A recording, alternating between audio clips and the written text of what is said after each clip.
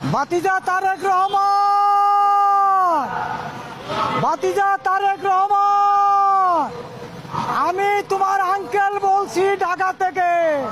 তুমি বাবা তাড়াতাড়ি আসো। বাংলাদেশ এখন ফাঁকা, পুরা সংসদ ফাঁকা, কেউই নাই রে বাবা। তোমার বাবারে 350 ভোট দিছিলাম, দিয়া প্রেসিডেন্ট বানাইছিলাম। অনেক তুমি কোনটা থেকে বলাইছো বাবা তাড়াতাড়ি আসো।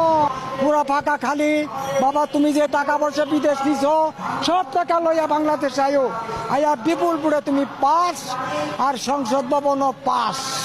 তোমার পাশের কোনো ইতিহাস নাই। তুমি আয়ো। পাকিস্তানের আইয়ুব খান আইতেছে রাজনীতি করব। পাকিস্তানের প্রেসিডেন্ট আইয়ুব খান, তার দল আইতেছে নির্বাচন করবে। তুমিও বলাইছো আমরা ফাঁকা। আর যদি না হয় তাহলে আমেরিকা চুর বাটপারের দিন শেষ।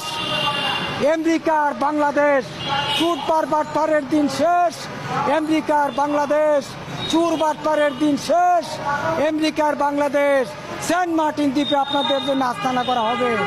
বাংলার সেন্ট মার্টিন দ্বীপে, বাংলার সেন্ট মার্টিন দ্বীপ আপনাদেরকে দিয়ে দেওয়া হবে। আমরা সাধারণ মানুষ এই দেশে আর গরিব থাকতে চাই না।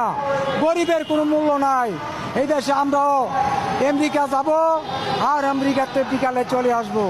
বাজারও গাড়ি দৌড়াইবো, টুইন টাওয়ারে নাস্তা খামো, ব্যাংচং সিগারেট খামো,